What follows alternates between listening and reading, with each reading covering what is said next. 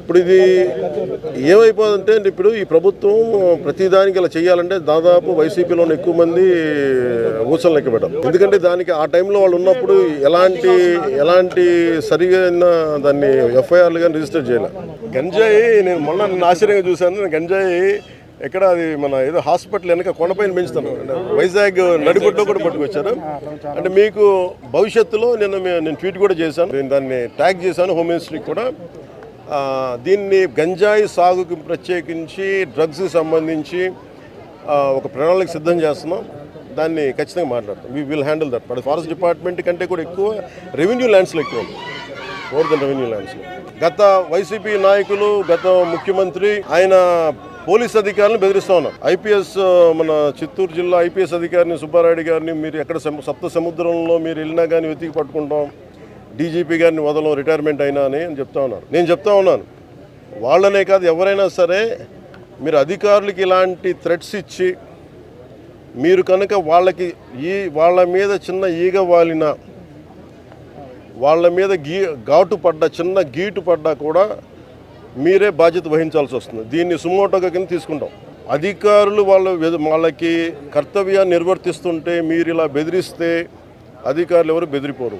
అలాగే గత కాలంలో ఉన్నతాధికారి ఒక ఆయన ఐపీఎస్ అధికారులందరినీ పిలిచి ఆయన చెప్పే మాట ఒకటే, ఈ ప్రభుత్వం 20 సంవత్సరాలు ఉంటుంది, అందుకని మీరు ఇష్టారాజ్యంగా చేసేని మీరు లైన్లో పడకపోతే మీరు ఇబ్బంది పడతారని చెప్పి వాళ్ళ చేత ఘోరమైన తప్పిదాలు చేయించారు. పాపం ఇంట్లో 7 ఏళ్ల బిడ్డ ఉన్న ఒక మహిళని కూడా పాపం ఆయన షిప్ క్యాప్టెన్, ఆయన కమర్షియల్ షిప్ క్యాప్టెన్, ఆవిడని కూడా అటెంప్ట్ మర్డర్ జైల్లో పెట్టేశారు.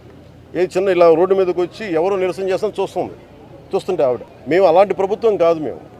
నేను అలాంటి సమయాల్లో కూడా మా జన సైనికులకి ప్రత్యేకించి పార్టీ తరఫున అందరికీ కూడా నేను చెప్పాను, మీరు ఎక్కడా కూడా లైన్ దాటి వ్యక్తిగతంగా ఎవరిని విమర్శించకండి అని చెప్పి మీకు చాలా సందర్భాలు నేను తెలియజేశాను. అలాగే అధికారులు చాలాసార్లు మమ్మల్ని ఇబ్బంది పెడుతున్నప్పుడు కూడా నేను ఇప్పుడు కూడా కూర్చోబెట్టి ఒత్తిడిని అర్థం చేసుకోగలం, కనీసం మీరు బాధ్యత గట్టిగా మాట్లాడాం, కానీ ఎక్కడా మేము మీ అంతు చూస్తాం, మిమ్మల్ని ఇలా చేస్తాం నేను ఎప్పుడు మాట్లాడను.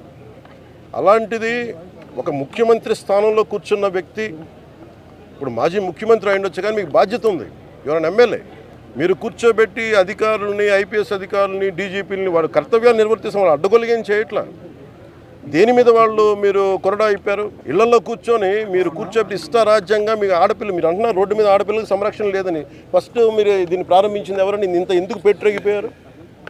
ఈ దేశంలో ఎప్పుడు కూడా, ఈ రాష్ట్రంలో ఎప్పుడు కూడా లేదు ఇంత పేటరేగిపోవడం. గత ప్రభుత్వ నాయకులు ఇష్టారాజ్యంగా మాట్లాడారు, ఒక్కొక్కళ్ళు ఏదంటే అది మాట్లాడేశారు. ఇళ్లలోకి వస్తూ ఉంటారు, మన ముఖ్యమంత్రి గారి సతీమణిని తిట్టారు, కుటుంబ సభ్యుల్ని తిట్టారు, ఎన్నోసార్లు నాకు వచ్చి మీ ఇళ్లలోకి వచ్చి రేపులు చేస్తూ ఉంటారు.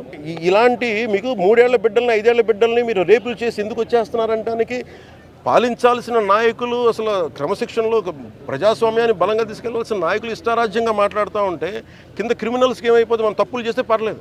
This has become a president.